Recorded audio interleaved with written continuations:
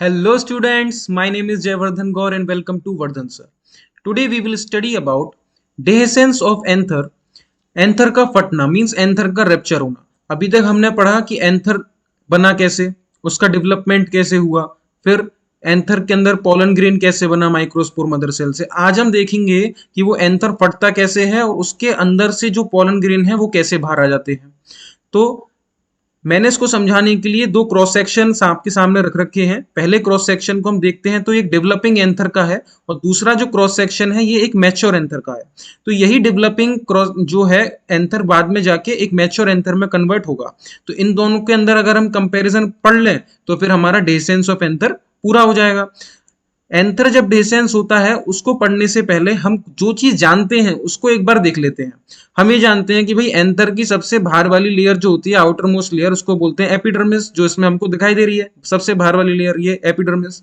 इसमें भी हमको पिंक कलर की एपिडर्मिस दिखाई दे रही है। तो एपिडर्मिस दोनों में प्रेजेंट होती है, जो एक डेवलपिंग एंथर है उसमें भी और जो मैच्योर एंथर है उसके अंदर भी। फिर उसके बाद जो अंदर आती है लेयर एपिडर्मिस के बाद एंडोथीशियम, वो इसमें भी हमको दिखाई दे रही है भाई। उसके बाद जो इसमें हम देखें एक मैच्योर एंथर के अंदर तो ये पूरी एंडोथीशियम हमको दिखाई दे रही है। तो एंडोथीशियम और एपिडर्मिस दोनों के अंदर प्रेजेंट होती है। अब बात आती है मिडिल लेयर की। मिडिल लेयर जो है वो कहाँ कवर करके रखती है, पूरे के पूरे माइक्रोस्पोरेंजिया को कवर करके रखती है। यहाँ पर कितने माइक्रोस्पोरेंजिया हैं, 1 2 3 4। तो यहाँ चारों माइक्रोस्पोरेंजिया को कवर कर रखा होगा किसने, मिडिल लेयर ने। इसको भी इन चारों को। यहां पर मिडिल लेयर एब्सेंट होती है, यहां पर मिडिल लेयर आपको देखने को नहीं मिलेगी। क्यों, वो डीजनरेट हो गई। उसका रीजन अभी देखेंगे क्यों डीजनरेट हो गई, वही हमें पढ़ना है। फिर उसके बाद सबसे अंदर वाली लेयर टेप्टम, जो इसका फंक्शन क्या है, इसको माइक्रोस्पोर्स को यानी कि पोलन ग्रेन को फूड या न्यूट्रिशन प्रोवाइड करना। तो वो भी क्या हो गई, इसमें डीजनरेट हो गई। आपको इसमें टेप्टम भी देखने को नहीं मिलेगी। तो कुछ क्वेश्चन है उसके आंसर तैयार हो गए हमारे कि एक डेवलपिंग एंथर के अंदर कितनी वॉल्स देखने को मिलेंगी, 4। कौन कौन सी, एपिडर्मिस, एंडोथीशियम, मिडल लेयर और टेप्टम। और एक मैच्योर एंथर है उसके अंदर कितनी वॉल्स देखने को मिलेंगी, 2। कौन सी, एपिडर्मिस और एंडोथीशियम। कौन सी दो नहीं देखने को मिलेंगी भाई, टेप्टम और मिडल लेयर, क्योंकि ये दोनों क्या हो जाती हैं, डीजनरेट हो जाती हैं। अब इसका रीजन हम देखते हैं क्या। डेसेंस, डेसेंस मतलब एंथर का फटना। एंथर क्या होगा, फटेगा, कहां से फटेगा वो भी देखेंगे। तो ड्राई सीजन जो होता है, मतलब जब गर्मी वाले सीजन आ जाते हैं तो एंथर उस समय पे ज्यादा डेसेंस होता है, एंथर उस समय पे ज्यादा फटते हैं। तो वो भी रीजन है, क्योंकि वाटर लॉस ज्यादा होने लगता है। तो सबसे पहले क्या होता है, डेवलपिंग एंथर में एक वॉल्स में चेंज होना स्टार्ट हो जाता है। डेवलपिंग एंथर से मैच्योर एंथर में कन्वर्ट होने में इनकी जो वॉल्स हैं, चारों वॉल, उसमें चेंजेस स्टार्ट हो जाते हैं। सबसे पहले मिडल लेयर। मिडल लेयर का क्या फंक्शन है भाई, कि कनेक्टिव से जो फूड मटेरियल और वाटर आएगा उसको अंदर प्रोवाइड करना। तो उसका फंक्शन पूरा हो जाता है। टेप्टम को क्या प्रोवाइड करती है मिडल लेयर, फूड और ये सब प्रोवाइड करती है, फूड और वाटर। तो फूड और वाटर इसका प्रोवाइड करने का फंक्शन खत्म हो जाता है, क्योंकि अंदर पोलन ग्रेन क्या हो गए, अब मैच्योर हो गए हैं, तो अब इनको जरूरत है नहीं और न्यूट्रिशन की। तो ये क्या हो जाती है, सबसे पहले मिडल लेयर डीजनरेट हो जाती है और सारा अपना फूड किसको दे देती है, टेप्टम को। तो कुछ टाइम बाद टेप्टम भी अपना सारा फूड किसको दे देती है, सारे पोलन ग्रेन को। तो फिर टेप्टम भी क्या हो जाती है, डीजनरेट। तो सबसे पहले मिडल लेयर डीजनरेट होगी, उसके बाद टेप्टम डीजनरेट होगी।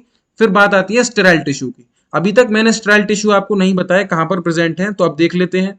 स्टेराइल टिश्यू हर एक माइक्रोस्पोरेंजिया के बीच में प्रेजेंट है। ये माइक्रोस्पोरेंजिया और दूसरा, इन दोनों के बीच में ये टिश्यू जो प्रेजेंट है, ये स्टेराइल टिश्यू। स्टेराइल टिश्यू क्या क्यों नाम दिया, इसका कोई काम नहीं है। ये किसी भी सेल के फॉर्मेशन में हेल्प नहीं कर रही है और ना इसका कोई वैसा फंक्शन है बाकी चारों बॉल लेयर्स तक का। तो ये स्टेराइल टिश्यू है यहां पर भी और यहां पर भी। तो स्टेराइल टिश्यू अब क्या होगा, डीजनरेट होना स्टार्ट हो जाएगा। यहां से भी स्टेराइल टिश्यू डीजनरेट होगा और यहां से भी स्टेराइल टिश्यू डीजनरेट होगा। तो एक डेवलपिंग एंथर जब मैच्योर होने जाता है तो उसके स्टेराइल टिश्यू भी डीजनरेट हो जाते हैं। और आप देख सकते हैं कि जो मैच्योर एंथर है उसमें आपको दो पोलन सैक दिखेंगे, एक तो ये और दूसरा वाला ये। तो अगर नीट में क्वेश्चन आता है कि एक मैच्योर एंथर के अंदर आपको कितने पोलन सैक दिखेंगे, तो 1 और 2, 2 आपको पोलन सैक्स दिखेंगे, यानी कि आंसर कितना जाएगा, 2 जाएगा। जबकि अगर एक नॉर्मल क्वेश्चन पूछ लिया जाता है कि आपको एंथर के अंदर कितने पोलन सैक या माइक्रोस्पोरेंजिया दिखेंगे, तो 4 आंसर जाएगा, 1 2 3 4। तो एक नॉर्मल क्वेश्चन के एंथर के अंदर कितने पॉलन सैक या माइक्रोस्पोरेंजिया होते हैं, तो 4। एक मैच्योर एंथर के अंदर, मैच्योर जैसे हमने बोल दिया इसका मतलब एंथर का डेhiscence हो चुका है, तो फिर कितने पॉलन सैक्स देखने को मिलेंगे, 1 और 2, दो आपको देखने को मिलेंगे। तो so in mature anther only 2 pollen sacs are present. क्यों दो कैसे हो गए, क्योंकि ये स्टेराइल टिश्यू बीच में से हट गया, तो ये दोनों जो माइक्रोस्पोरेंजिया तब क्या हो गए, फ्यूज हो गए, दोनों के एंथर आपस में मिल जाएंगे, ये देखो मिल गए। ओके, फिर उसके बाद जब ड्राई सीजन हुआ तो जो ये वाली जो हमारी एंडोथीशियम वाली लेयर थी, इससे वाटर का लॉस क्या हो गया, ज्यादा हो गया। जब वाटर का लॉस यहाँ से एंडोथीशियम से ज्यादा हो जाएगा तो एक वाटर की कमी महसूस होगी यहाँ पे। जब वाटर की कमी महसूस होगी तो सेल पे क्या हो जाएगा, टेंशन बढ़ जाएगा, क्योंकि वाटर जब लॉस हो जाता है सेल से तो सेल में क्या हो जाएगा, टेंशन क्रिएट हो जाएगा, पुलिंग फोर्स क्रिएट हो जाएगा, क्योंकि यहाँ के जो सेल्स हैं स्टेराइल सेल डिजनरेट हो गए, फिर बाद में जो यहाँ से कनेक्टिव से वाटर लेने आने वाले सेल थे वो भी डिजनरेट हो गए। तो वाटर जो कनेक्टिव में है अभी वो यहाँ तक पहुंच ही नहीं पा रहा है, एंडोथीशियम की सेल तक यहाँ तक वाटर नहीं पहुंच पा रहा है, तो एक पुलिंग फोर्स यहाँ पर जनरेट हो जाएगा। एक पुलिंग फोर्स जैसे यहाँ पर जनरेट हो जाएगा, टेंशन क्रिएट हो जाएगा, तो पूरे यहाँ पर एंडोथीशियम में एक टेंशन क्रिएट है, टेंशन डेवलप्ड है पूरे इसमें एंथर के जो एंडोथीशियम वाली लेयर है उसमें। पर रप्चर सिर्फ कहां से होगी, ये स्टोमियम वाले रीजन से। ऐसा इसलिए क्योंकि एंडोथीशियम में हमने पढ़ा था कि अल्फा फाइबर थिकनिंग्स होती हैं, अल्फा सेलुलोज फाइबर इसमें हमको मिलते हैं जो काफी हार्ड होते हैं और रिजिड होते हैं। तो ये इस एंडोथीशियम की जो वॉल है इसको रप्चर नहीं होने देते।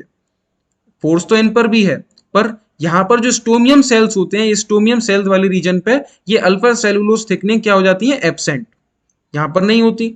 तो यहाँ पर जो टेंशन क्रिएट होता है वो स्टोमियम सेल झेल नहीं पाते और क्या हो जाते हैं, रप्चर हो जाते हैं।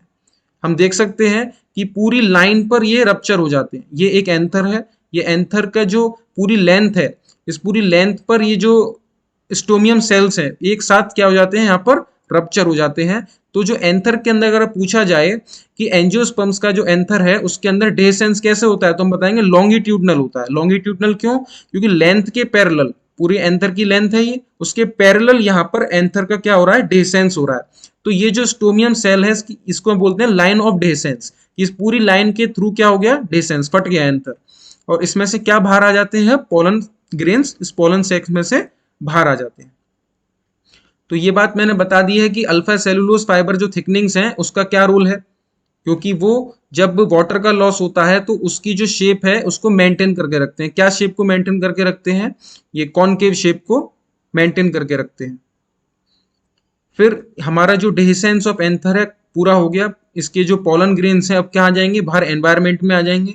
अब ये एयर के थ्रू, वाटर के थ्रू, या किसी इंसेक्ट्स के थ्रू, या किसी और एनिमल के थ्रू अपने जहाँ टारगेट है स्टिग्मा वहां तक पहुंचेंगे, उसको हम पॉलिनेशन कहते हैं, वो हम नेक्स्ट टॉपिक में पढ़ेंगे। फिर डेhiscence ऑफ एंथर हमारा कंप्लीट हो चुका है। इसके बाद some facts about pollen grains. Pollen grain अब बाहर तो आ चुके हैं भाई, अब इसके क्या होते हैं, कुछ फैक्ट है, इनको हम लर्न कर सकते हैं, समझना जहां पर आएगा मैं उसको समझा दूंगा क्या समझना है वहां पे। सबसे लार्जेस्ट पोलन, सबसे बड़ा पोलन कौन से प्लांट का है, मिराबिलिस, मिराबिलिस प्लांट है उसका पोलन सबसे बड़ा है। फिर सबसे छोटा पोलन, स्मॉलेस्ट पोलन, मायोसोटिस प्लांट का। लॉन्गेस्ट पोलन, लंबा, लंबाई में, लेंथ में सबसे ज्यादा जो लंबा पोलन है वो है जोस्टेरा, सी ग्रास। समुद्र के अंदर जो घास होती है एंजियोस्पर्म्स के अंदर ही आती है, तो उनका जो पोलन ग्रेन है क्या होता है, सबसे लंबा होता है, रिबन लाइक पोलन ग्रेन होता है, उसके ऊपर एक्साइन भी नहीं होती, सिर्फ इंटाइन होती है, एक्साइन उसके ऊपर नहीं होती। फिर उसके बाद जो नेक्स्ट पॉइंट है, पोलन टैबलेट्स एंड सिरप्स। कुछ प्लांट्स के पोलन ग्रेन काफी न्यूट्रिशन में हाई होते हैं, हाई न्यूट्रिटिव पोलन ग्रेन होते हैं, तो उस प्लांट के पोलन ग्रेन को हम एज अ टैबलेट की फॉर्म में और सिरप की फॉर्म में एज अ फूड सप्लीमेंट हम उनको ले सकते हैं। उससे क्या होता है, एथलीट्स अगर लेते हैं तो उनकी जो परफॉर्मेंस है अपने गेम में हाई हो जाती है। रेस हॉर्सेस जो लेते हैं, ऐसे घोड़े जो रेस दौड़ते हैं उस पर सट्टा लगाते हैं लोग, तो वो वाले घोड़े अगर उनको हम ये दे दें पोलन टैबलेट और सिरप्स तो उनकी क्या हो जाएगी, परफॉर्मेंस हाई हो जाएगी।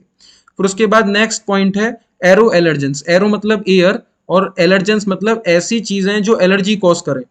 तो ये जो पॉलन ग्रेन होता है जब ये हवा में जाता है तो कोई इंसान इसको अगर सूंघ ले तो कुछ स्पीशीज के पॉलन ग्रेन एलर्जी भी कॉज कर सकते हैं। उसमें से एक एग्जाम्पल दे रखा है, बहुत फेमस एग्जाम्पल है एनसीईआरटी का, पार्थीनियम, कैरेट ग्रास, फिर सोरगम, चीनोपोडियम और अमरनाथस। ये कुछ प्लांट्स हैं, ये एलर्जी कॉज करते हैं और ये हवा के थ्रू एलर्जी कॉज करते हैं।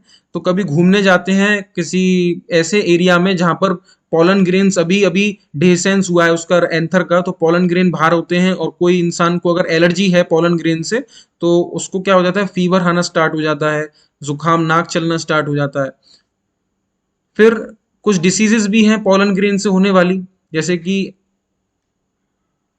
Asthma, bronchitis. अस्थमा के अंदर क्या होता है कि जो हमारा ब्रोंकस है, ब्रोंकस जो होता है, ऐसे जो ब्रोंकस हमारा होता है विंड पाइप ऐसे स्पाज्म हो जाता है अस्थमा में, ऐसे छोटा हो जाता है। तो एक वो लेते हैं अस्थमा के अंदर ब्रोंको डायलेटर अपने मुंह पे लगा करके, उससे क्या होगा कि ये जो हमारा स्पाज्म हुआ है, ये जो छोटा हो गया है जो ब्रोंकस, ये स्वेलअप होके बड़ा हो जाता है। उसके अंदर ड्रग होती है, कैप्सूल होता है, ब्रोंको डायलेटर उसको कहते हैं ड्रग को। तो अस्थमा के अंदर ये बीमारी हो जाती है। ये इसको पॉलन ग्रेन्स भी कॉज कर सकते हैं अस्थमा को। फिर ब्रोंकाइटिस, ये जो ब्रोंकस होती है हमारी, उसके अंदर क्या हो जाना, विंड पाइप के अंदर इन्फ्लेमेशन, जलन हो जाना, उसको ब्रोंकाइटिस कहते हैं। ये कौन कॉज करती है, पार्थीनियम, जो कैरेट ग्रास हमने अभी पढ़ी थी। ये एक्चुअली इंडिया की नहीं है, जब इंडिया में व्हीट इंपोर्ट होता था उस समय पे ही उसके साथ शिप्स में आ गई थी, तो ये अब यहाँ पर उगती भी है पार्थीनियम कैरेट ग्रास जो है। और ये क्या कॉज करती है, ब्रोंकाइटिस और अस्थमा, इसके पॉलन ग्रेन कॉज करते हैं। फिर उसके बाद ट्रांसलेटर अपैरेटस। ट्रांसलेटर अपैरेटस कुछ नहीं है, पॉलन ग्रेन का एक तरीका है विंड पॉलिनेशन में। एक ट्रांसलेटर अपैरेटस एक फिगर बन जाता है किसके अंदर, कैलोट्रोपिस प्लांट या ऑर्किडेसी फैमिली के जो प्लांट होते हैं या एस्किपिलिडेसी फैमिली के जो प्लांट होते हैं, इनके अंदर पॉलन ग्रेन, दो पॉलन ग्रेन के बैग आपस में जुड़ करके एक बैग बनाते हैं, इसको बोलते हैं पॉलिनियम। तो पॉलिनियम इंपॉर्टेंट है।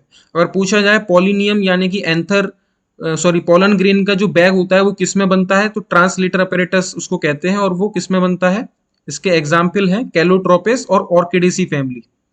तो ये दो फैमिली के अंदर पॉलिनियम बनने का शो हुआ है, तो ट्रांसलेटर अपैरेटस को बोला जाता है। फिर viability of pollen grain. Viability of pollen grain समझना बहुत जरूरी है। वायबिलिटी ऑफ पॉलन ग्रेन का मतलब है कि एंथर से पॉलन ग्रेन कब निकला और स्टिग्मा पर कितनी देर, उस कितना टाइम है उसको स्टिग्मा पर जाकर जर्मिनेट होने का।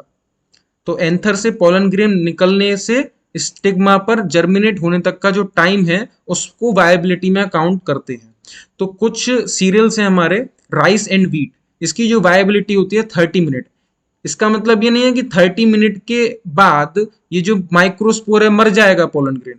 वायबिलिटी हम देख सकते हैं पॉलन जर्मिनेशन से, कि जो इंटाइन वाली लेयर है ये जर्म पोर के थ्रू बाहर आने से। अब मान लो 30 मिनट के अंदर, 30 मिनट के अंदर ये जो जर्म पोर है ब्लॉक हो गया, यहाँ कोई धूल मिट्टी आ गई यहाँ पे, तो ये जर्म पोर छोटे छोटे होते हैं, ब्लॉक हो गए तीनों पोर, तो अंदर माइक्रोस्पोर तो जिंदा है पर ये बाहर नहीं आ पा रहा, तो बेकार है पॉलन ग्रेन, बाहर नहीं आ पा रहा, तो ये जर्मिनेट ही नहीं हो पा रहा पॉलन ग्रेन।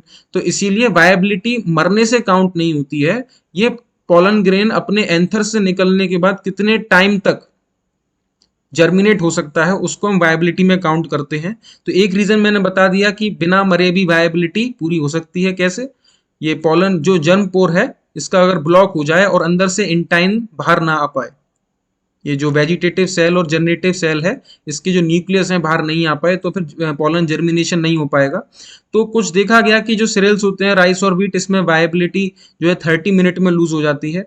कुछ मेंबर्स हैं रोजेसी, लेगुमिनेसी और सोलोनेसी के, उनके अंदर वायबिलिटी मंथ्स की होती है, कुछ मंथ्स के लिए वायबल रहते हैं ये। फिर उसके बाद ये जो पॉलन ग्रेन है ये इनकी वायबिलिटी हाई टेम्परेचर और ह्यूमिडिटी में वायबिलिटी कम हो जाती है, तो उस पर भी ये डिपेंड करते हैं। उसके बाद पॉलन बैंक्स, जैसे स्पर्म बैंक्स होते हैं वैसे पॉलन बैंक्स होते हैं। स्पर्म बैंक के अंदर स्पर्म को स्टोर करके रखा जाता है लिक्विड नाइट्रोजन में, और पॉलन बैंक्स के अंदर इन्हीं पॉलन ग्रेन्स को जब फर्टिलाइजेशन कराना होता है उससे पहले अगर मान लो डेसेंस हो गया तो इनको स्टोर करके हम रख सकते हैं लिक्विड नाइट्रोजन में। नीट में शायद से क्वेश्चन पूछा गया था, जो लिक्विड नाइट्रोजन होती है उसका टेम्परेचर क्या होता है, तो -196 डिग्री सेल्सियस। तो इतना क्या होता है, एक लिक्विड नाइट्रोजन का टेम्परेचर होता है। इस पॉलन बैंक्स के अंदर हम पॉलन ग्रेन्स को स्टोर करके रख सकते हैं लिक्विड नाइट्रोजन में, और सीड बैंक के अंदर सीड को स्टोर करके रख सकते हैं। ये क्रॉप ब्रीडिंग प्रोग्राम्स के अंदर आते हैं। क्रॉप ब्रीडिंग प्रोग्राम्स मतलब ऐसे प्रोग्राम जिसमें हम क्रॉप को ब्रीड करा करके अपना डिजायर्ड फ्रूट या सीड ऑब्टेन करते हैं। फिर उसके बाद पॉलीस्पोरी। पॉलीस्पोरी एक कंडीशन है जब मोर देन 4 पॉलन ग्रेन्स मिलते हैं एक टेट्राड के अंदर। टेट्राड क्या होता है, जैसे कि एक माइक्रोस्पोर मदर सेल में मियोसिस हुआ तो कितने बनेंगे, 4 माइक्रोस्पोर बनेंगे, पर वो माइक्रोस्पोर एक दूसरे से जुड़े हुए रहते हैं। जब तक वो चारों माइक्रोस्पोर एक दूसरे से जुड़े हुए रहते हैं उसको हम बोलते हैं टेट्राड। क्या बोलते हैं, एक टेट्राड। पर अगर मान लो वो 4 माइक्रोस्पोर की जगह कुछ और आ गए, मीन्स 4 से ज्यादा आ गए, तो फिर क्या बोलेंगे, उसको बोलेंगे तो टेट्राड ही, क्योंकि ये एक एक्सेप्शनल केस है, ये जनरल केस नहीं है, तो बोलेंगे तो टेट्राड ही। बट कंडीशन क्या लग जाएगी, पॉलीस्पोरी, क्योंकि एक टेट्राड के अंदर माइक्रोस्पोर क्या है, ज्यादा है। कस्केटा प्लांट है अमरबेल, जो कि फोटोसिंथेसिस भी नहीं करती, पर इसके पॉलन ग्रेन कैसे होते हैं, पॉलीस्पोरी कंडीशन होती है, मींस टेट्राड के अंदर मोर देन 4 पॉलन ग्रेन होते हैं। इस वीडियो में इतना ही। वीडियो पसंद आई हो तो लाइक करें, और ऐसी ढेर सारी वीडियोस देखने के लिए चैनल को सब्सक्राइब करें। And thank you very much.